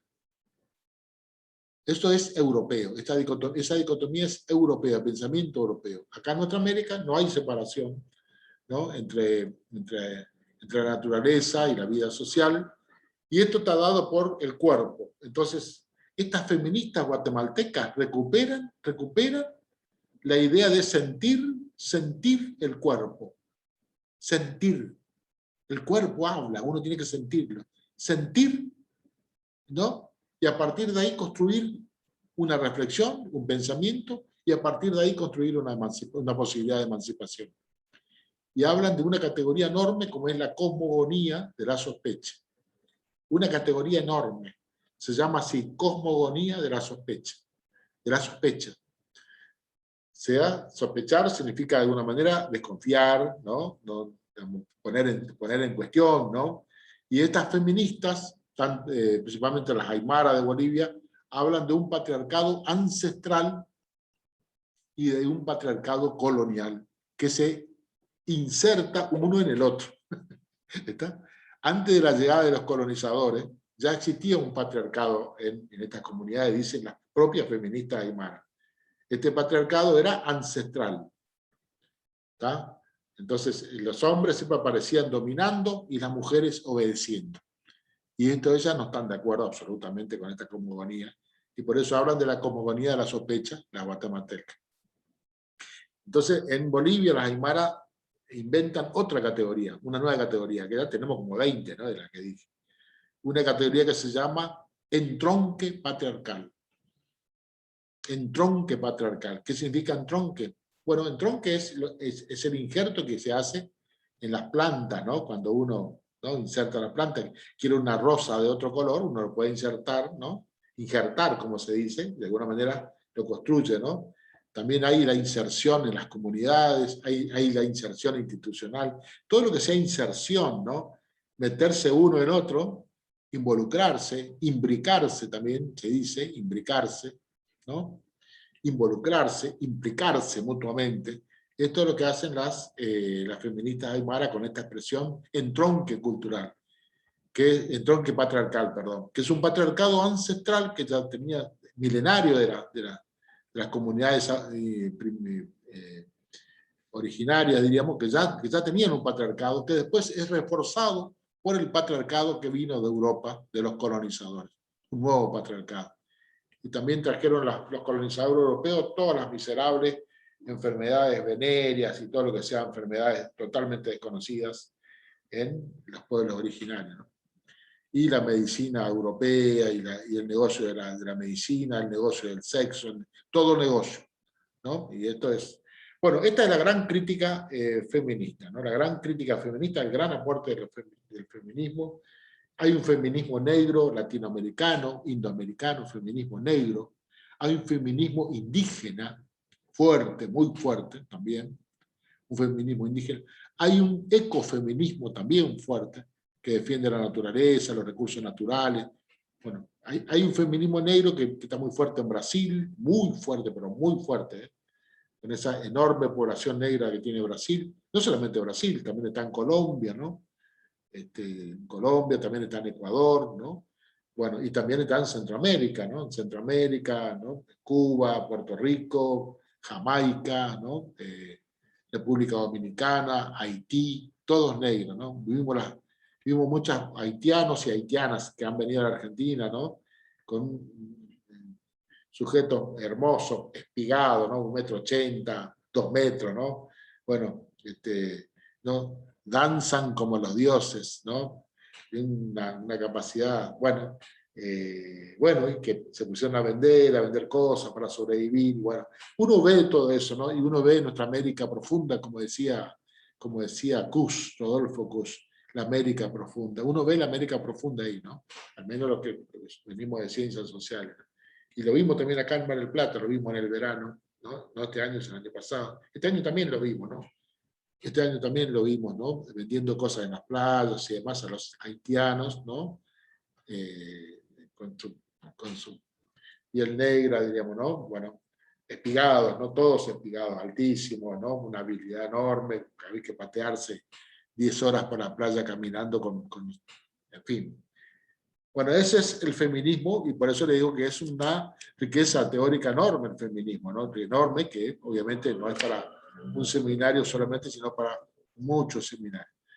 Bueno, creo que hemos terminado, todavía tenemos un poco de tiempito, y me gustaría escuchar ahora las voces y las opiniones de ustedes. Quiero que me digan, bueno, ¿qué les resultó esta cosa que hemos denominado seminario, ¿no? Seminario de teoría social contemporánea, que ustedes, bueno, lo que quiero escuchar ahora es que escuchemos entre todos, ¿no? No yo, sino que escuchemos, nos escuchemos, ¿no? Un ratito para ver una pequeña evaluación, que nos digamos, ¿no? Cara a cara, pechito con pechito, cara con cara, ¿no? Que nos digamos bien qué nos pareció, cómo nos cayó esta cosa, bueno, si les sirvió este seminario, si tiene potencialidad para ustedes, si les abrió, digamos, la esperanza, le abrió ¿no? los proyectos, o clausuró cosas, o vine como mal parido, ¿no? A caer no sé dónde.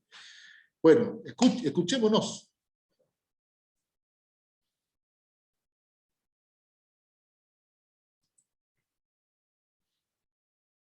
¿Qué nos pareció? A ver, ¿quién rompe? Jan. Hablo. A ver, Jan, rompa el silencio. El hielo.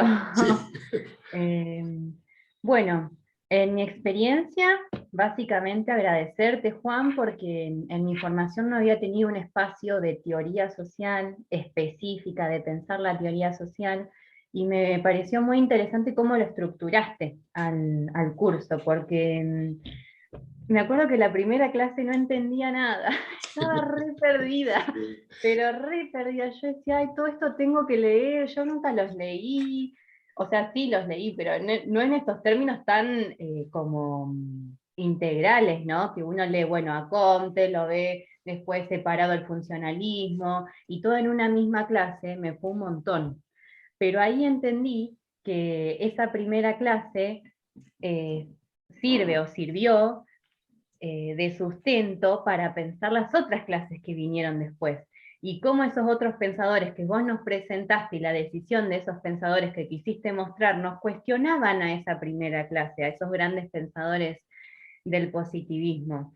Entonces como que desde ahí me pareció súper interesante. Y otra cuestión a recalcar es que cuando suele aparecer estas cuestiones de la teoría social están más bien enfocados como en un enfoque eurocéntrico o de las teorías de Europa, y es hermoso que pase que en un curso haya una clase de teoría eurocéntrica, o bueno, o teoría, como le queramos nombrar, y 3 de teoría crítica, de teoría de pensamiento crítico, de conceptos críticos, de categorías críticas, y no sé en qué otros espacios se suele dar. Entonces como que feliz, me reenganchó para la maestría, para todo, y me parece sumamente útil y potente, por lo menos en mi caso, con mi problema de investigación y con lo que me estoy preguntando. No solo esta última parte de los feminismos del sur y de la teoría de colonialidad, que es un poco lo que yo ya manejo, sino pensar el contrato sexual, ahí el lugar del feminismo respecto al contrato sexual, como vos la nombraste recién, a Walton Scrooge, bueno, no me sale el nombre, de la que tenía el teorema de Wollstonecraft, ahí está, Wollstonecraft. Entonces como que, nada, mil gracias, Juan, eso, y ya me callo porque estoy, no sé. Bueno. Yo querría, como los saludos a todos, buenas tardes, otra vez. En realidad voy a pedir ayuda. Primero porque, tomando algo de lo que decía recién la compañera, me pasó que algunas cosas las tuve que refrescar y tomadas allá hace mucho tiempo en algún estudio. Otras las tuve que descubrir con vos o entre nosotros, algunos autores que desconocí y demás. Pero yo me perdí en una parte. Me perdí, no sé si es una cuestión de programa o una cuestión de la historia de la teoría social. Porque yo arranqué, o arrancamos, tratando de armar de vuelta esta idea positivista del conocimiento, la investigación, y de golpe me encontré leyendo textos que hablaban de movimientos sociales. Entonces, en momentos me encontré, digo, ¿cuándo fue que salté, o que saltamos, o que dispusiste, o que fue la historia así, saltar de un lugar a otro? Y ahí me quedé enredado entre el positivismo y el feminismo. Bueno, eso quería preguntarles, ¿cómo fue ese pasaje? ¿O no existe? Y bueno, fueron dos bloques distintos.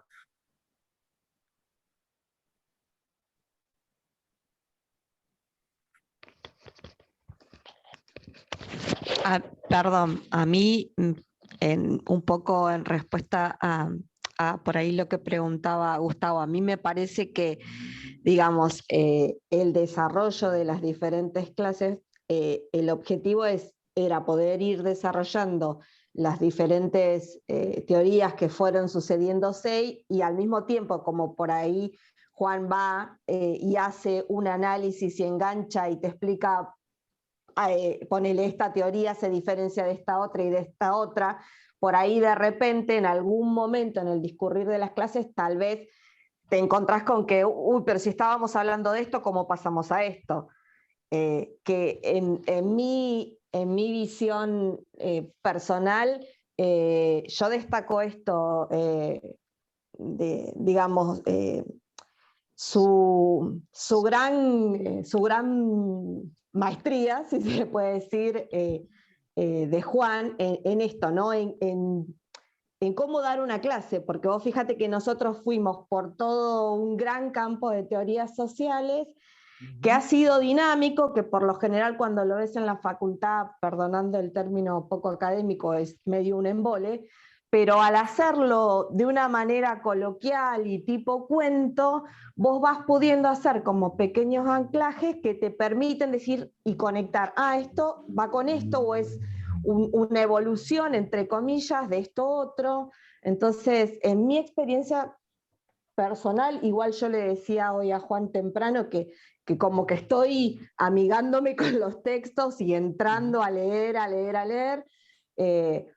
pero yo valoro eso y rescato eso, que a mí me sirvió esta cosa coloquial y de hablar desde un lugar académico, pero accesible a todos. En mi caso particular, hace 15 años que no paso por la universidad.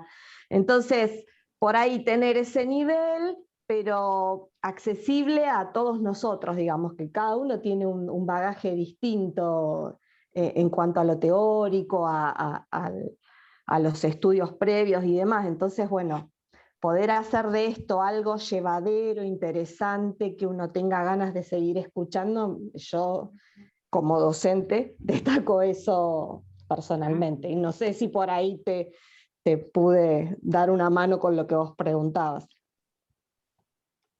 No era una crítica al dictado de la clase, no iba por ahí, era que yo estaba perdido. Por supuesto. Es que yo lo entendí así, por eso me animé a decirte, me parece que tiene que ver con eso, con un ir y venir de las diferentes teorías. Está bárbaro, gracias, Carolina. Gracias. No, y bueno, la gente que escribió por ahí. Y lo que va a pasar es que ustedes, bueno, terminan con un importante mambo, ¿no? Importante mambo. Eso está muy bien. Importante mambo porque se termina todo como la casa revuelta. Ahora mismo, sábanas por todos lados, toallas por todos lados, qué sé yo, no sé dónde dejé mi pantalón, etcétera. Vieron esa casa revuelta, ¿no? Lo que tienen que hacer ahora, bueno, un trabajo bueno, esto va con esto va con esto, esto iba con esto, una especie de, ¿no? Armar el rompecabezas, diríamos, porque como todo proceso de aprendizaje, diríamos, implica un desorden inicial, diríamos, y después uno va como afirmando ciertas cosas, encontrando su propia ligación. Ustedes saben que el proceso de aprendizaje es una internalización, una construcción subjetiva, única y singular de un saber, que solamente le va a pertenecer a ustedes, diríamos, ¿no? No, lo que hace simplemente es poner las cosas como para que se vaya construyendo este saber, ¿no? Uno aprende con su propia lógica, su propia historia de vida. Así que bueno, esto obviamente va a generar Pero bueno, yo estoy muy contento que les haya servido, así que este proceso es totalmente, lo que le pasa a Gustavo, está muy bien que le pase a Gustavo, en el sentido de, bueno, va a haber ¿no? distintos orígenes, han leído muchas cosas, se han formado con muchas cosas, y bueno, esto viene como un poco a remover muchas. Así que bueno, es lo que pasa con cualquier aprendizaje, con cualquier proceso de construcción. El saber es un proceso de construcción. Saber es un proceso de construcción, no es un enlatado. Eso decía Paulo Freire, no es una educación bancaria que uno hace un depósito, ¿no? En un sobre. Eso decía Freire, ¿no? Es una construcción, y es una construcción política, porque nosotros somos seres políticos, somos sujetos políticos. Entonces lo vamos a tener que ver todo políticamente, encontrar la ideología, encontrar la manera de construir nuestra propia cosmovisión. Cada uno de nosotros tenemos una cosmovisión, tenemos una visión del mundo. Todos como sujetos tenemos una visión del mundo. No somos loquitos ni loquitas. No. Tenemos una visión del mundo. Lo que uno hace es reconfigurarlo, reconstruirlo, reconstituirlo, reinventarlo. Y eso es lo maravilloso de ser sujetos sociales, ¿no? Maravilloso. Porque siempre uno tiene una oportunidad. Así sea mayores, así tengas sus 98 años, 99, y hay tiempo para reconfigurar, y por supuesto, pero por supuesto todo puede comenzar a los 99, los 99, así que bueno. Bueno, les agradezco la atención, ¿no? Enormemente la atención, la militancia, porque esto también es militancia, así que bueno, esto obviamente va a estar grabado, va a estar colgado. Y bueno, y después esperaré el ensayo de ustedes, como les salga, no se hagan problema, no se hagan prurito, no. Esto no es Harvard, esto no va a ser de ninguna manera una locura, no, esto va a ser un campo de construcción, este ensayo que salga como puedan hacerlo, paran otro, y bueno, y un día van a hacer sus tesis, un día evaluaremos las tesis, qué sé yo, y bueno, y nos abrazaremos fuerte en ese momento. Lo que hoy no Juan, puede... antes que te desconectes, yo lo que quisiera decir, yo empecé un poco, bueno, tuve una primera charla y un encuentro con vos y con Eugenia, y dije, bueno, pareciera que vienen a poder ofrecer algo que es convocante para mí. Quizá por lo que preguntaste, ¿qué nos queda después de escucharte? Esto de la desesperanza es un tema que, ¿no? En el aula el docente a veces tirás todo eso y vos decís, ¿dónde le estoy pegando al otro? Y a mí no me pareció, a mí, más allá de la mezcolanza, de tener que volver a ordenar y organizar, justamente como decía la compañera, estas 3 últimas clases que viene a dar vuelta y a desordenar todo aquello otro que ya lo tenemos medio o como sabido o por lo menos instalado en algún lugar, quizás no sabemos que fue Conte o que fue Smith o qué sé yo, pero sabemos de lo que estamos hablando.